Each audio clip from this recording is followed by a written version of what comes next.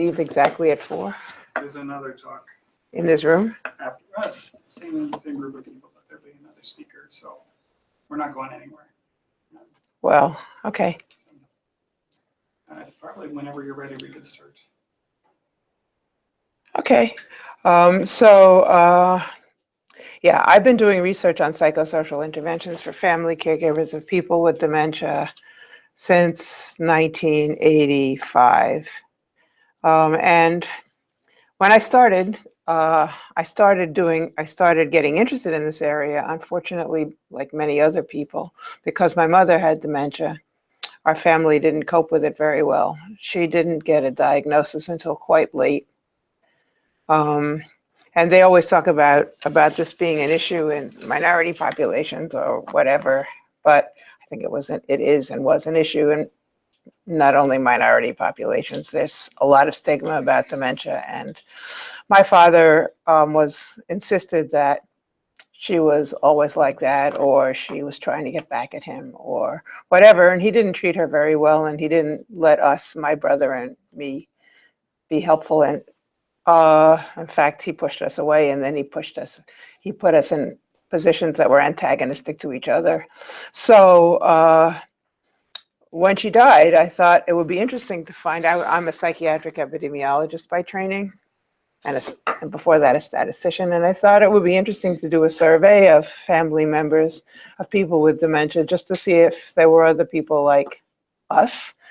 And I wrote a grant proposal, which I sent to, I was at Columbia at the time, but I sent it to the NYU Alzheimer's, what is now the NYU Alzheimer's Disease Center.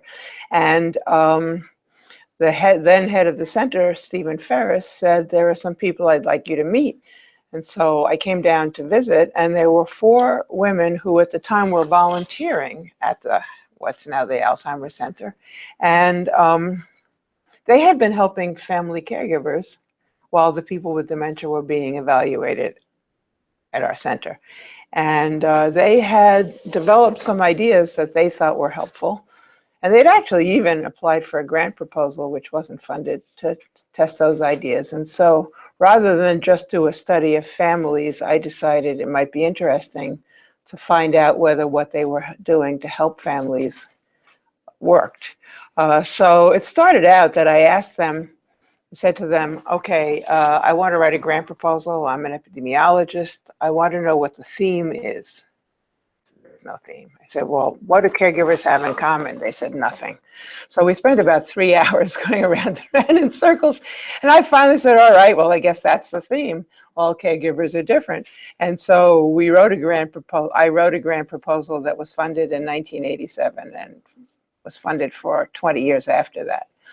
And a lot of the research about dementia and dementia family caregiving happened after we started that, but it is now well known, and there are a lot of publications that talk about the cost of dementia. So the worldwide cost of dementia now is estimated to exceed 1% of the global gross domestic product, at about $818 billion US. And the direct medical costs are about 20% of that. What I think is interesting is that the informal care costs are about 40% of the total cost. So caregivers are important from a financial point of view. I'll mention it again and again, even though it wasn't where I started. I've discovered that's where the influence is. They provide many hours of care for people with dementia. And it's been estimated, I don't know how they do these estimates, that caregivers provide about 22 hours a week of care. And I don't know how they can say that, because a caregiver for a person with dementia is always on call and always worried. And it has been estimated that if you believe that the unpaid cost of care is $12.25 an hour, which is, I guess, the average cost for a home health aide, then the unpaid care in the US is valued at $221 billion. But I had a friend who had worked her way up rather quickly from as a broker from on the floor with the kids to a corner office in a very on a very high floor in a big building, and then her sister was the caregiver of their mother, and her sister was staying at home, and her sister kept putting pressure on her to help provide care. So she went over in the evenings and helped, and then her husband put pressure on her to come home and take care of their family. And ultimately she went from that corner office back to the trading floor and out the door in about 1.5 years. And she was making probably $1 million a year at that corner office job, but they valued her caregiving at $12.25 an hour. So this is obviously a gross underestimate. And I've argued with pharmacoeconomics people, how can you say that? And they said, well, but she chose to leave. And so now the value of her job is $12.25 an hour. So caregivers are undervalued, financially as well as otherwise. There are many reasons to provide interventions for family members of people with dementia. Most paramount, there is currently no drug to reverse or halt the progression of the illness, and the well-being of the person with dementia is dependent on the well-being of the caregiver. And caregivers are at high risk of stress, depression, and physical illness. This is all from published research, excerpted by the Alzheimer's Association, but almost 60% rate their emotional stress as high. About 40% have symptoms of depression. They're more likely than other caregivers to say their health is poor or fair, even though they are more likely to be in good health when they start caregiving than other people their age. They're more likely to have high levels of stress hormones, reduced immune function, wound healing, slow wound healing, new hypertension, new coronary artery disease. So I think it's a really interesting research area, should we be able to get it funded, is how much money could we save in caregiver healthcare costs if we could provide these kinds of interventions for caregivers more broadly. And it's not on my slide, but I want to say that one of the things I think we should be doing is physicians should be asking people if they see that they seem to be more stressed than the last time they saw them, or seem to be stressed at all, whether if they're caring for someone with a chronic illness. And I'd like to see that question, just, like the questions related to heart disease and whatever, to be a standard question that physicians ask. Because if the answer is yes, those people could be helped, those caregivers who are the patients of the physicians could be helped by programs such as the one that we're running now. And the physicians would have less burden on them because the caregivers would be getting better care, not medical care, but other kinds of care. So, and in addition to what I said already, more than half report their financial stress is high, and more than half report family conflict. So there's been a recent estimate that $10.2 billion in increased healthcare costs in the United States can be attributed to caregiving, physical and mental consequences. Now, what did I do? So as I said when I introduced myself, I started out because of the clinical experience at NYU. And after we got our grant, which I submitted in '85 and was funded by the NIMH in '87, 3 years later, the stress process model was published. Now, this is a total simplification of the stress process model, but I think it gets at the core of it. And what it says is, on the left-hand side, there are the things that can't be changed. The patient has dementia. Who is the caregiver? Who is the patient? What are their cultural backgrounds? How old are they? Their education. Things that have their gender, which have impact on outcomes such as depression and nursing home placement. But that there were two things that are called in the trade mediators, support and appraisal, that could have an impact on those outcomes. And that model, which was published, as I said, after we started our research, seems to fit what we think works in the NYU Caregiver Intervention and in other interventions for caregivers.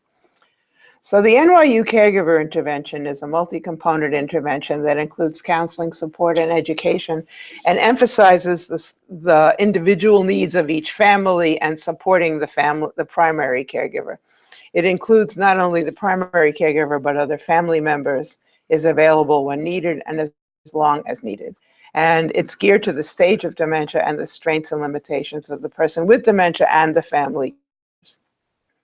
And the design, which was based on what those 4 women had been doing when they were volunteering, is that there's a comprehensive intake assessment, and then there are regular follow-up assessments to gauge change and improvement, what's getting worse, what's getting better, has the patient changed, have the family structure changed. And there are scheduled individual and family counseling sessions within a fixed period of time, 1 individual session, 4 family sessions, and then a second individual session. And then we recommend the caregivers participate in a support group. Back then in 1985, all of the Alzheimer's Association support groups leaders had been trained by the counselors at our center. Since then, there have been many more leaders trained. They have a formal training now for support group leaders. And I think as important as any of the other parts of the intervention, which we hadn't even thought about when we began talking about it, is what we call ad hoc counseling, which means that anyone who's participated in the individual and family sessions can call the counselor at any time. And the counselors are often annoyed that no one calls them. They said, gee, how come nobody ever calls me? And the people do call. They call in a crisis. They call when something's changed. They call when someone's going into the hospital, for example. Most of the time, people don't call. But they told us when we did the follow-up interviews that they really valued knowing they could call. And so it's an inexpensive add-on to the intervention. Now, we think each of these components is separately important. We think the sum of the parts is greater. The whole is greater than the sum of the parts. We think individual counseling is helpful because the counselor can tailor the treatment to the needs of each individual caregiver as she's learned or he's learned about them in the assessment. It can occur at a time and place which is convenient for caregivers. If you've ever tried to get a group of caregivers together at one time during the week, you know it's virtually impossible. They can establish a relationship with the counselor that makes it possible to seek further help from someone they know, not from a stranger on a call line. And they become aware of the need to involve other family members because we emphasize it. We think family counseling is especially important, and it was unique to the NYU Caregiver Intervention when we developed it. I think it's unique even now. It's part of the required components of the intervention because the family members all learn because they're in the room with an unbiased counselor that the person with dementia is ill. My father was sure my mother wasn't ill. Other times there'll be families in which one of the adult children who doesn't live nearby says, oh, come on, I called Dad on the phone and he sounds fine to me. And so getting them all together in one place to understand what the primary caregiver is living with, what Dad is like now, we think is really important. They may also understand that the person with dementia is no longer the same kind of companion or source of social support for the caregiver as he or she might have been. And they learn about the needs of the caregiver, and the caregiver learns what kind of support other family members would like to give. So had we, my brother, I, and my father been in the same room together, a counselor might have been able to, or we might have together been able to explain to my father that I couldn't come over every night after work because I was also going to graduate school, had 2 children under the age of 6, was supporting my husband, and he doesn't know how to cook. So I really couldn't do what he needed. And so there was a lot of conflict about that and nobody was happy. So this kind of counseling might have really been helpful to us. In a situation with a counselor in the room, family members may be able to talk more objectively about current problems, and hopefully conflict about caregiving can be resolved and communication among caregivers can improve. And the other family members become aware of the counseling services as well. Oops, I did it again.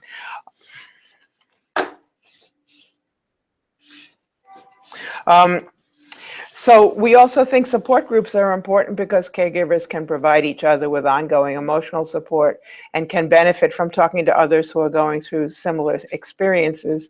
And the caregivers can get information about how to solve the problems they're currently facing from people like themselves. And we thought the ad hoc counseling was, as I said, important because the caregivers know the counselor is available when needed. They can receive help without leaving home. And as the effects of dementia change over time and a new problem arises, there's someone they can call who they already know. And in a crisis, there's someone they can call. So does anybody want to ask me anything at this point? Comment? Question? Am I boring you to tears? No questions? You sure? After hours crisis support.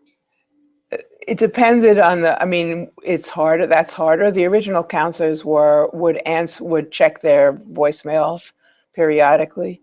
But the other thing is that the Alzheimer's Association and now Care in Kind have 24-hour helplines. But if they wanted to talk to the counselor with whom they had met before, and they called, and that counselor was not available, someone else was there, they'd say to you, this is Gert, can I help you? Oh no, I really want to talk to Emma. Okay, I'll let Emma know and she'll call you back. So they were pretty consistent in doing that. I did it again. So over time, we had many, because this grant was actually funded for more than 20 years, we had a lot of time to get a lot of significant results.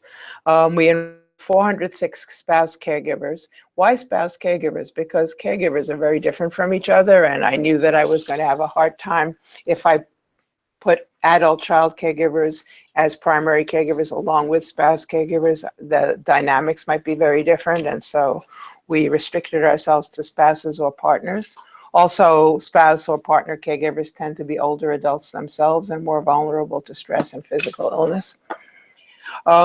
So we had 406 spouse caregivers, and we found that we were able, the first thing we saw, and it was almost immediate, it was on the first follow-up, was that we were able to improve support for the primary caregiver, his or her satisfaction with support, and that lasted for at least the 5 years that we did the data analysis. We were able to demonstrate that caregiver depression was reduced and that the effects on depression lasted for at least 3 years. We were able to show that caregiver stressful reaction to the behavior of the person with dementia was reduced, even though the behavior of the person with dementia, as you can imagine, got worse over time or more problematic. The caregiver's stress reaction in the treatment group compared to the usual care control group was significantly reduced. We were able to show that we could postpone nursing home placement of the person with dementia for an average of 557 days. And that was because we improved the social support for the caregiver and the caregiver's physical and mental health compared to the usual care control group. These effects persisted through the transition to nursing homes and through bereavement.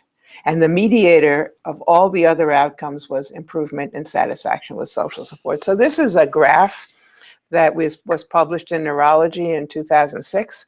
And the red line is the usual care, who got a lot of help from us.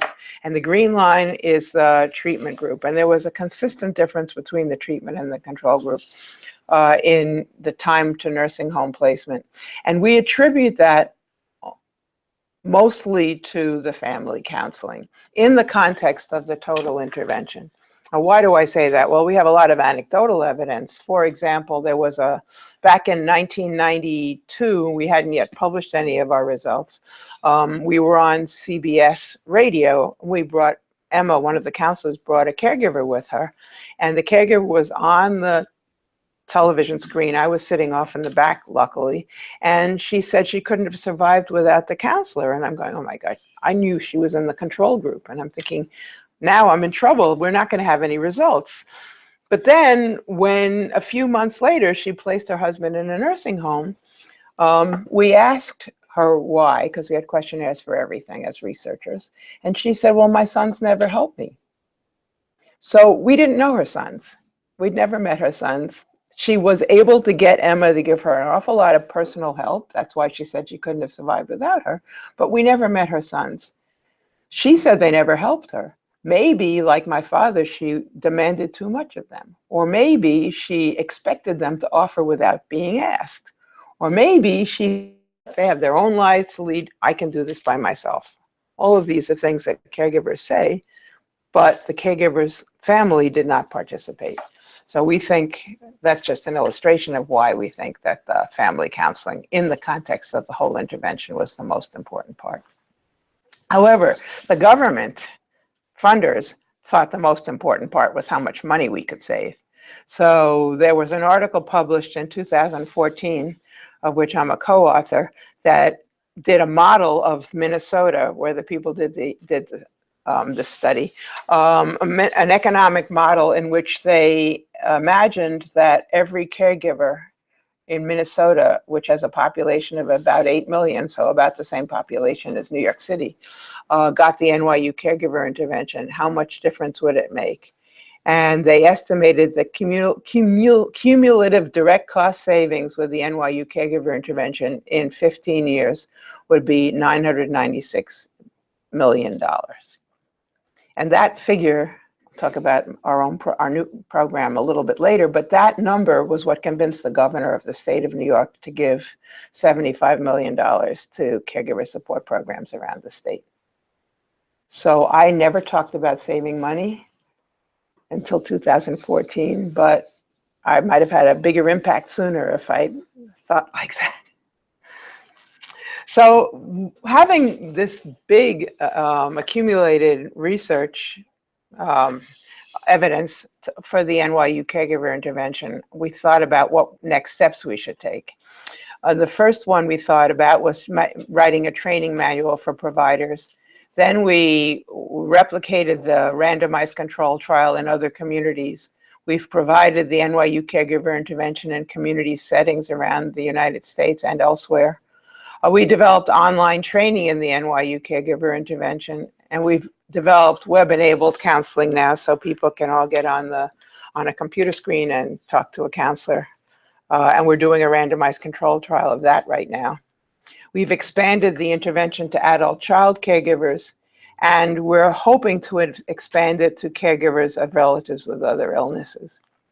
This is a copy of the cover of the book that we wrote. That was our first effort to provide training for people that we couldn't provide in person, and it was published by AMA Press. And while the paper edition is no longer available except at exorbitant prices as used copies, the online version is still available from AMA Press. In the translations and new randomized control trials, at this point, we've had well over 1,000 people complete, which is more than the people in our original study by double. So the online training, so then we developed online training. What was the rationale for that? First of all, people don't seem to know how to read books anymore. And so they missed the core of what we were trying to tell them.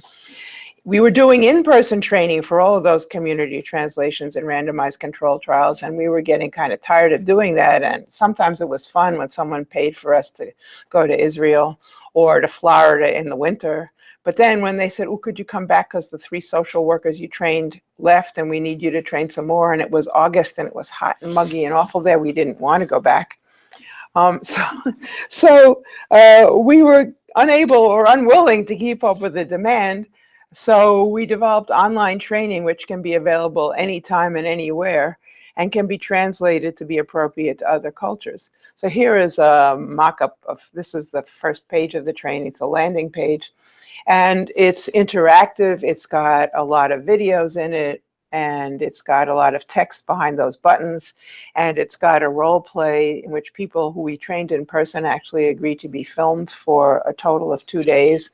And so we've got that as a role play with a lot of background to it, plus two real life cases, one in New York and one in Minnesota, and a third case in Australia where we provided the online training even before we provided it here.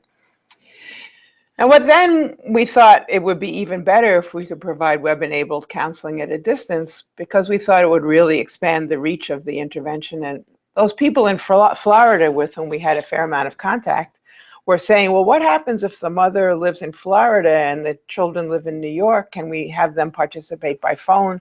We said, well, we never did that in the original study, but people kept asking those kinds of questions. Or, I live in Baltimore, is there anyone near me I could get the intervention from? And the answer would be no.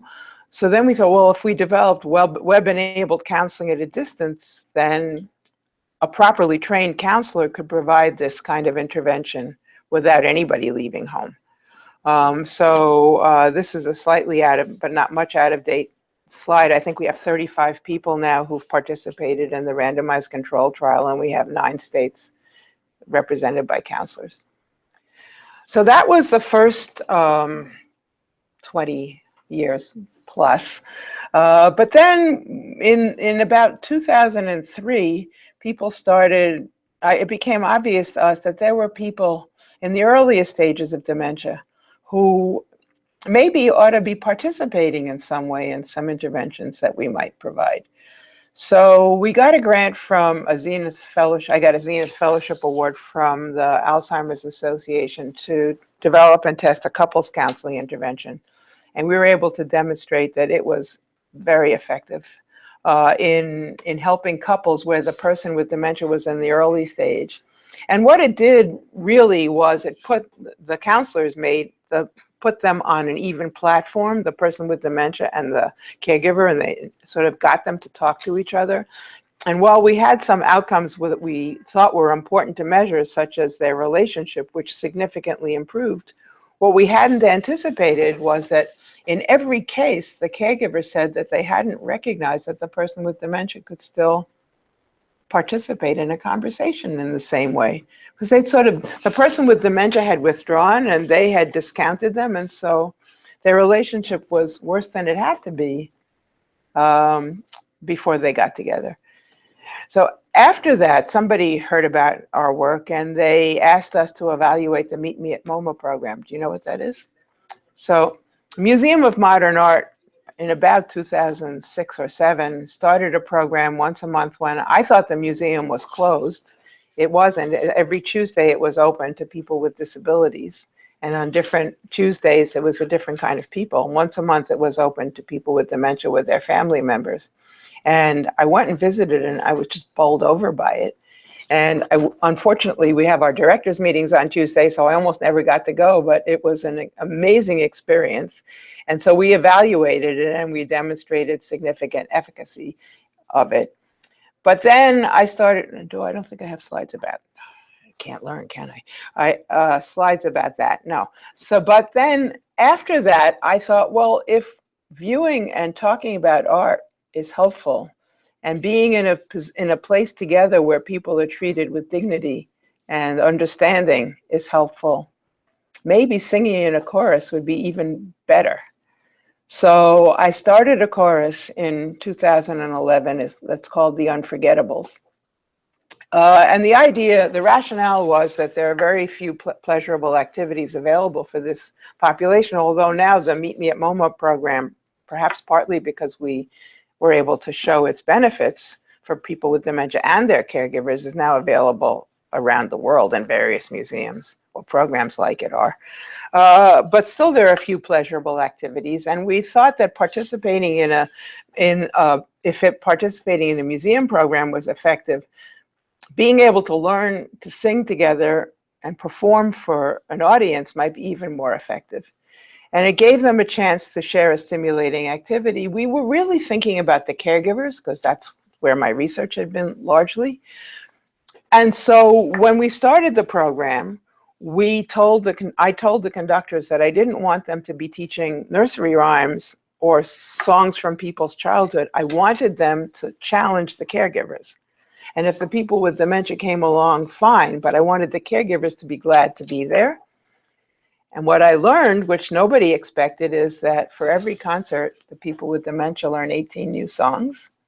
They pick songs from various cultural backgrounds, so it's not as though they're just remembering the songs from their childhood. Some they do, but some are new.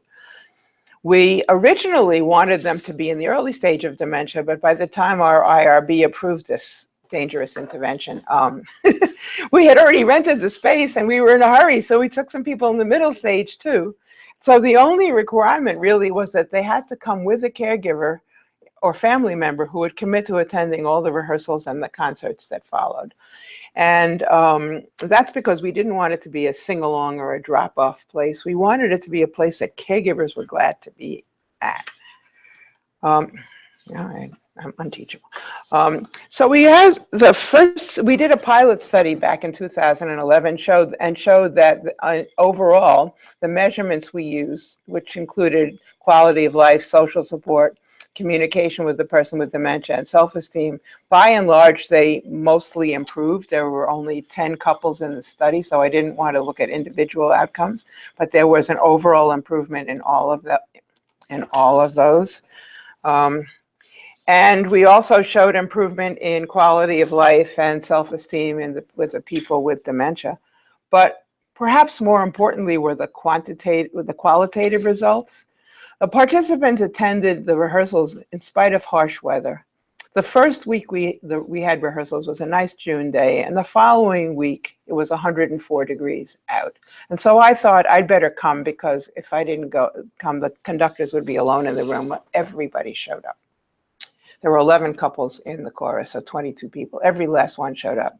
The following week, it was pouring rain, very windy, hail, and was really something out of the Bible. A terrible, terrible weather, so I thought I better show up. And all but one of the couples showed up, and about a half an hour into the rehearsal, that couple showed up, and what happened was that the daughter said that they'd gotten drenched on the way to the subway, so she took her mother back home, and then her mother was in the middle stage of dementia, and they changed clothes, and her mother said she wanted to go, so they went to so all of them came. And people in the middle stage as well as the early stage seemed to enjoy themselves and learn from the experience, even though they might not have been able to respond to the questionnaires. So this person in the middle stage, she was in the late middle stage, she came in on a walker like this, and she didn't seem to talk. And at the end, I said to Tanya, ask them what they want to sing at the next, so that we can get a repertoire of songs for the concert. And so she asked the whole group, what would you like to sing? And this woman, who'd already gotten halfway out the door, turned her walker around and said, I think we should sing By Mirvis Duchesne. And Tanya, who's the conductor, said, I'm Greek, I don't know that song. And this woman, who we thought couldn't talk, sang her the first verse. And at the second concert that we gave in December of that year, she sang the whole song as a solo. So the people with dementia amazed us, and it was really quite wonderful. They seemed to enjoy themselves. They were so eager to continue that they're contributing to its cost now that the study is over. This is now more than 5 years later, and they have 3 concerts a year at St. Peter's Church. The last one was in December. The next one will be in April. And the caregivers and people with dementia from all cultures and backgrounds can support each other and bring joy to the community. And although I hate it, I also love it when people say to me which one of those people has dementia, because they can't tell. So, and everyone enjoyed it. And as I said, now this is an old slide because it said the 19th concert was on June 30th, but the 20th concert was on December 6th. And we're starting a new chorus funded by our state project that's going to start rehearsing this Friday in Riverside Church. And we've already got a lot of interest in that chorus as well. So because of the research that we and others had done, the governor of the state of New York gave money for 10 family support programs all over the state. There are 3 in New York City. We have 1.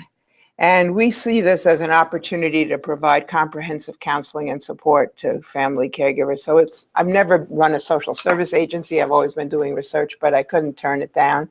They asked me to apply. They told me that my research had helped them get the funds, so I applied. And now I'm running a whole new project, which is kind of fun. We provide a lot of the things that we proved were effective in the original study. So we provide consultation and support personalized to the needs of each caregiver. We have consistent access to the care team throughout the course of caregiving. We try very hard to get people to participate in family counseling sessions. We provide referrals to community resources that can address the needs of caregivers. And then we have some unique features that are unique to our program that came from the work that we've done. The chorus, as I said, is one of them. But we're also starting 2 new programs that I think will be effective and that were effective in other modalities. The first is a buddy program for people with dementia. And that was actually started by Darby Moorhart at Northwestern, and we've brought it to NYU now. And the people with dementia are the mentors of the students, who are in the traditional original one are medical students. At NYU, the first group happened to be nursing students. So this came out of ideas, anecdotal evidence, and other ideas that people with dementia in the early stage have a lot to give. And that students will get a different impression of what people with dementia are like if they have a relationship with them than if they just study them in textbooks. So that's one. And it's also respite for the caregivers. And my son, actually, years before the buddy program was started, one of my sons was between jobs. And Emma said to me, do you think that Andrew would like to earn a little money going to visit a man with dementia? And I said, sure. So this man was in the early stage of dementia and had been a famous radio announcer. And Andrew went and interviewed him every week. He had a tape recorder with him, so that dates us, but he went and interviewed him every week. And the wife got to go out. And he loved talking to Andrew. But the thing that I hadn't expected is that Andrew loved listening to him. And so we're going to be doing this. We started with the School of Nursing, but we're going to try to expand it to all the schools in the university. We're also doing a peer mentoring program for caregivers. So this is where caregivers who've been through the experience, know what it's like, have overcome the fear of stigma and of talking to other people about what's going on, to talk to caregivers who have not really been willing to access services because it's embarrassing or there are other stigmas or other reasons why. So we started that program a couple of months ago, and we've already got a whole group of caregivers that have participated with their peer mentors. And we're about to start, as soon as we can get together, we're about to start another program. It's not even on this slide yet, which is going to be for people in the early stage of dementia. We're hoping to find communities, places in the community where people with dementia can come and have courses and things that they find stimulating while the person who's their caregiver maybe does something else, or maybe it comes with them. And this is really based on a program that was started by a recreational therapist named Linda Bittner at a university in Florida. She called it the Center for Positive Aging. And I don't know if any of you have read about it, but it was an absolutely wonderful place. I was privileged to go and visit it while she was running it. And the first thing, and she told us we couldn't be observers, we had to participate. So I sat in a seminar room with people in the early stage of dementia with a leader who talked to them about depression, and they'd done some reading. She'd given them readings to do, and they were talking about how they felt. And this man came up to me about an hour later and said, I know you're a visitor, and I want you to tell the world. 2 years ago, I came here and I cried every day. But now I'm in this poetry class, and I write poetry and I recite it to the class, and I'm fine. So unfortunately, that school was closed, that place was closed down, and Lynn died very young, but I've decided I'm going to add it to what we do, and the state is supporting us in that. So that's coming up in the spring. And all of this is at no cost, except for reimbursable outside service referrals that we might tell people about. So this is a schematic of what the program looks like. We have social workers, and we have what our hospital told us to call community health reps, who are the care coordinators and refer people to services. We have a subcontract with Care in Kind to help us with respite and with support groups, because they've got hundreds of them. Didn't want to do what everyone else is doing. And we also, as you probably know, are one of the 3 centers of excellence on Alzheimer's disease, as is Downstate. And so we refer patients and caregivers back and forth. So now I'm hoping that someone has a question or a comment, because I've got 17 minutes left.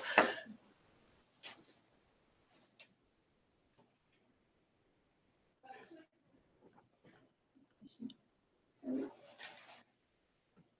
it is hard to get caregivers to the support groups. Is there any tips how to engage them into this activity? It's very hard to get caregivers to come to any interventions. And so that's part of why we started the peer mentoring program. And then I had an idea. Last night I was at this fabulous restaurant to celebrate a friend's anniversary. And his sister said to me, you know, I think I know someone who would benefit from this program. She said, I would have benefited from it a few years ago. Now I'm done with caregiving. I know someone who might benefit. And I said, how about you be an ambassador? And she said, well, I'd love to be an ambassador. And I thought, well, now that's a new idea. So I think connecting with someone who's been through it one way or the other, either through the peer mentoring program or however I developed this ambassador program, but she said she'd be happy to be the first. So I think that seeing other people, talking to them as friends, not as, you know, as someone talking to a professional, might have a lot of effect. If you can get someone to go once, they might come back. If you can just have them call and talk to someone on the phone once, be it a community health rep, they're really friendly, you know, so that it doesn't feel like you're talking. Sorry, you're probably all going to be doctors one day if you're not already, but talking to a doctor is a different relationship than talking to a social service kind of person. And I think it's better for the doctors to not have to deal with all that. So I think it's a win-win if the doctors could recommend it. And that's one of the ways I am sure that caregivers would talk to join support groups or other services, is if the doctor had a prescription pad and he checked off, you know, use these services. Yeah. Question. So, are there any systems to sort of evaluate the mental health of the caregivers in the programs? Well, we all have. I mean, we have questionnaires that we use. Absolutely, it's the first thing we do. And if they have significant mental health problems, we try to refer them to appropriate resources. But we still help them if we can. And you know, so we have about 300 caregivers now who've enrolled in the state-funded program since May 1st. And some of them have had mental health issues, and so we've still provided them with counseling, but we try to really urge them to see mental health professionals as well. Because these kinds of short-term interventions are not enough to cure. And that actually reminds me of, so the first replication we did was in Australia and England, and the US was funded by Pfizer as an educational grant back around 2000. And we worked with Henry Brodati, who's become a really good personal friend who lives in Australia. And he's a psychiatrist, and he wanted us to pick caregivers who were very depressed, like really on the edge of clinical depression, and I said, no, this is not an intervention to cure depression. This is preventive. We get people when their stress levels are relatively manageable, when their depression levels are not in the clinically depressed range, try to help them stay out of that range by providing them with appropriate supports. What about your staff? How do you? Do they get depressed? Well, yeah, well, no, I mean, we treat a lot of people with dementia, and there are days when it's quite tiring. Oh, yeah. It's easy to suffer compassion fatigue. Yeah, you're absolutely right. And I hadn't thought about that as a reason, but I love finding out what everybody's doing, and they like talking to each other. So we have very regular meetings, and I encourage them. They have the clinicians have peer support weekly and daily as an ad hoc thing, but weekly as a group, because you're absolutely right. And I really have tried to foster interactions among them, because I mean, it's either I don't know what to do with this case, or this is just getting to be too much for me. Somebody help me. Yeah, so we tried to get an expensive water cooler. There's a gorgeous one in our HR department. We couldn't find the money for an expensive water cooler, but there's a lot of water cooler conversation. There's a lot of meetings in the hall. There's a lot of, I mean, It's one of the advantages of being cramped for space. You've got gorgeous space here, but we're really squished, and so there's a lot of interaction among the staff. So you mentioned that MoMA was open for caregivers on one of the days, the museum. Yeah. Was there any collection specific for the Alzheimer's patients, or it's just the regular display? Absolutely not. And let me tell you, the first time we went there, I mean, I love that program. When my first son, my number one son, when he was 2.5, I took him to the Museum of Modern Art, and we were standing in front of a Miro painting. And he said, "Oh, mommy, look at that!" And he was identifying things. Okay, and people gathered around. Kind of amazing, because they couldn't see what he saw, because they had been so well educated that they were looking at things as they were told to. And then the first time I visited, we happened to be in front of that very same painting, and the people with dementia were identifying things, and the educators were saying, "Well, what do you see here?" And they were identifying, they were talking about the painting and what it told them. And the caregivers were learning from them. And the educators told me that this was their favorite audience. Firstly, they pay attention, unlike other visitors to MoMA who are looking to see who's important and, around them. They actually pay attention. And they have interesting things to say, because they've peeled away that, this is how I'm supposed to respond. And they actually respond from feeling. And so you get some really interesting comments from them. But there was no specific area that they went to. Now, I don't know if they're doing this at the Met anymore, but the Met, we went on one of those. The Met did a similar program afterwards. And Cynthia Epstein, who's one of the social workers, and I went to that program, and Cynthia actually fell asleep. I didn't fall asleep because I was too embarrassed, but we're sitting there in some dark corner looking at teeny African artifacts, because there weren't any visitors there, and the educators didn't want to take a chance that the people with dementia would somehow disturb the other visitors. So and they were lecturing at them, and it was just so boring. I never went back. But the MoMA program, I don't think it's only because it's when the museum is closed, but they just go to 4 or 5 different pieces each time, and they spend about 15 minutes in front of each one, and just talk and listen. And it's just an amazing thing. You should go if you can. Yeah, I was just going to ask, are there any more sites or museums that you're aware of that run? Oh, lots of museums do programs like this now. The Rubin Museum does. I think the Brooklyn Museum does now. The Brooklyn Conservatory Garden has a program. The Studio Museum in Harlem has a program. Those are just off the top of my head. The Louvre has, they're all over the United States now. There are programs like this.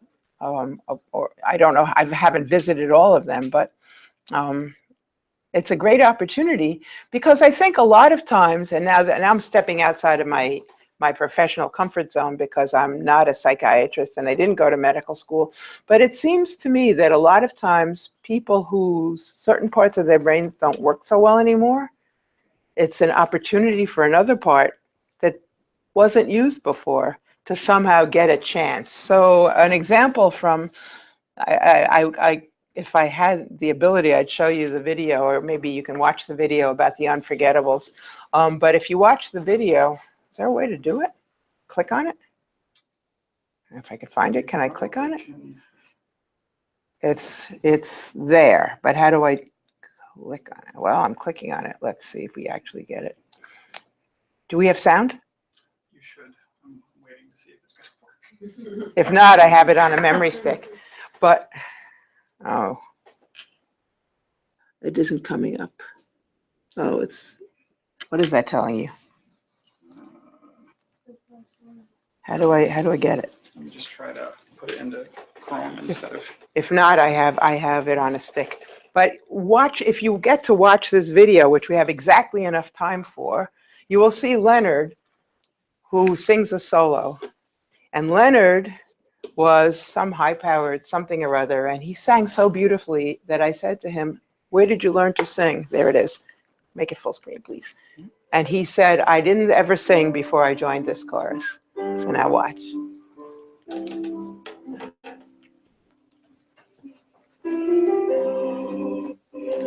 Oh, it's not good. Should I? Music plays an important role in the brain. Well, all right. It engages areas of the brain involved in paying attention, making predictions, and updating memory. It also reduces stress, aids relaxation, and alleviates depression. Mary Mittelman of NYU Langone's Comprehensive Center on Brain Aging has assembled a rather unique core. That's the woman who you walked in with a walker. With dementia and their caregivers. This chorus has the potential to improve their quality of life, help them to communicate with each other, and provide pleasure to all participants.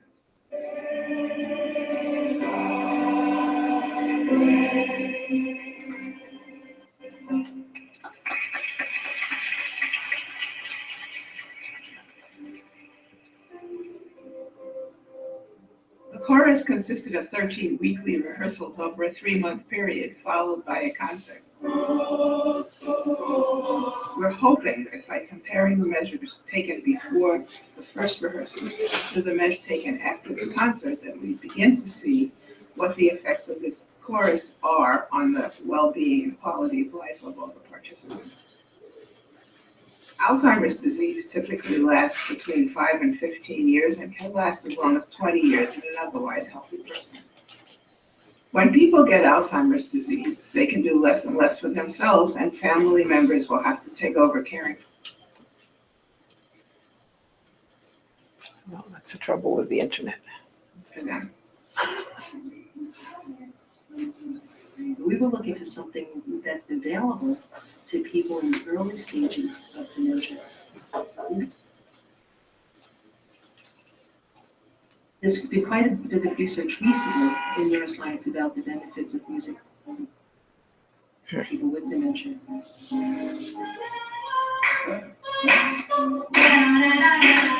The medial prefrontal cortex of the brain seems to link music, memories, and emotion. It is also one of the last brain regions to deteriorate. Too bad I have it on my stick, but by the time we load it, it'll take even longer. Could be why many people with Alzheimer's can remember and sing along to tunes from their youth, while other memories are lost.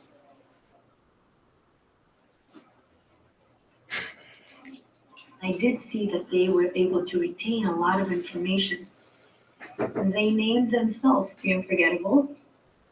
And they would light up and just be excited about which songs are we singing. What happens in the brain is you have these neurotransmitters that bring a lot of sense of well-being and happiness when they're singing. There was a lot of hand clapping and feet stamping and finger snapping, and this seemed to wake them up. We would see how they would interact among themselves more. Since they're able to remember these songs, it gives them an opportunity to communicate. They can reminisce together about things that have happened in their past. So for married 42 years. I was diagnosed in 2009. I had to leave my job. Anita's not Anita that I used to know. And she forgets sometimes. She would say, "What time is it?" or "What day is it?" And I used to say, "How many times are you going to ask me?" I used to get frustrated. This is really a boost. It really helps. They're still in the chorus. Good part of life, the great happy memories. Singing, it really is a thing. You go home and you're singing in your head. The singing, it bonds us, and we have a lot of fun together. They gave me a solo, and I was like, I couldn't have been happier. I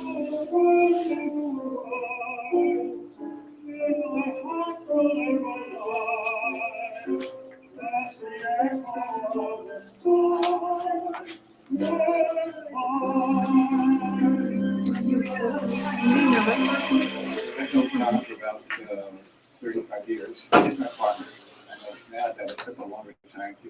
where he was going. That was probably the first sign. You feel like you can do anything that you used to be able to do, but you can't. My main interest in coming here was, besides the help in, is to get some support system.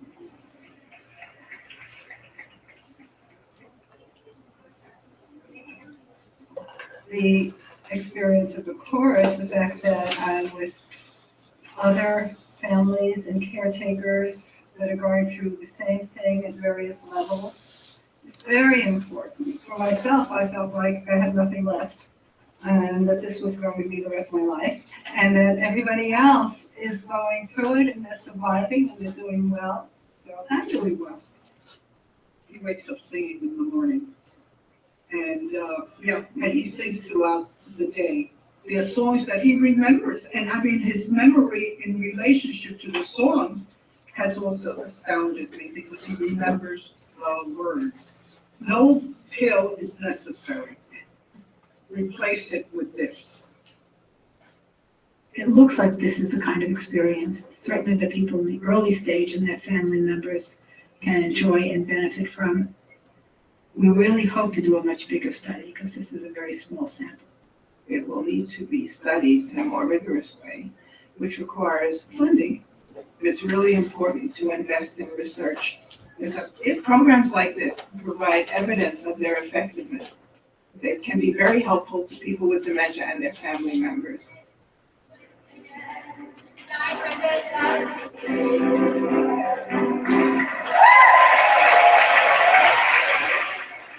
NYU Medical Center has led research in aging. All right. No commercials, sorry.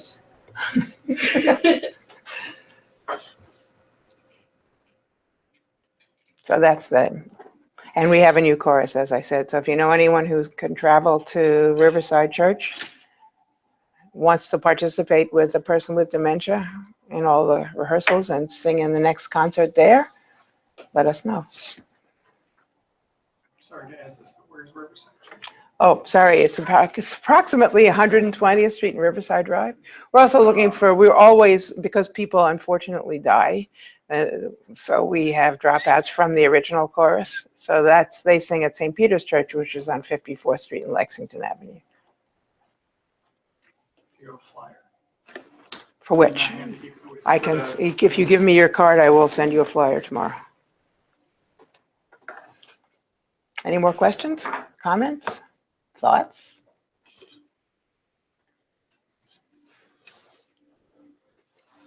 Will you send me your caregivers? I think that's the point. Yeah, so the Center of Excellence is seeing Alzheimer's, people with Alzheimer's disease. I believe you have the brochures for our program. If you do not, please let me know and I will send you. You can always send them again to make sure we have the most recent. It's the same brochures, but yeah, I can send more. Thank you so much for coming. Thank you. That was excellent.